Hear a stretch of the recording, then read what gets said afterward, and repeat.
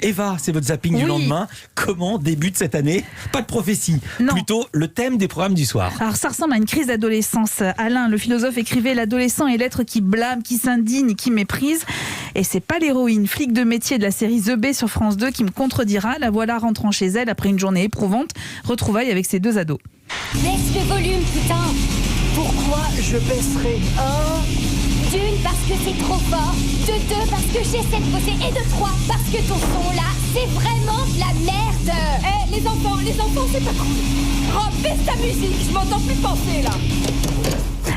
Je hais cet appart. Voilà, il hait cet appart et c'est un ado très énervé. Deuxième saison de cette bonne série britannique avec une nouvelle enquête pour Lisa et ses confrères. Trouver l'assassin d'un avocat sans histoire, abattu sous les yeux de son fils, âgé d'une dizaine d'années. Donc série noire sur France 2, pendant que sur TF1, la crise d'adolescence, elle est traitée avec plus de sociologie et plus d'humour. 5e saison de Sam, le quotidien d'une prof de français qui brille pas toujours par son langage châtié et qui adore fumer des cigarettes planquées dans les toilettes. Alors dans la classe d'à côté, sa collègue, elle galère avec un élève odieux et menaçant. J'en peux plus, Sam. Je les supporte plus. Je supporte plus les gamins, je supporte plus leurs parents. La cantine, les couloirs, les heures sup qu'on nous colle sans nous donner notre avis. Les programmes qui changent au gré des ambitions politiques. Le manque de considération de la société. Ces consignes de merde là qui sont données par des mecs qui ont même pas foutu les pieds dans un collège depuis qu'ils ont 14 ans, j'en peux plus. Ouais, t'as raison, je te comprends, la cantine elle est dégueu, c'est horrible. C'est pas drôle ça. Voilà, Sam, c'est ça. En fait, c'est un mélange de comédie et c'est ce regard critique aussi sur l'éducation en France. Natacha Lédinger dans le rôle principal est excellente, tout autant que Fred Testo dans le rôle du proviseur. On le retrouve d'ailleurs face à une élève qui vient de se faire exclure. J'ai dit à Valentine, elle veut pas me croire, elle commence à me poter de mytho et elle montre ses grands talons. Ses grands chevaux. Voilà, ses grands cheveux.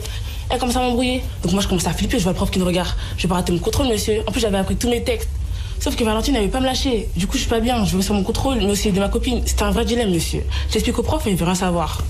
Bon, tu peux me rappeler pourquoi t'es là, en fait? Bavardage intensif. C'est fou, non?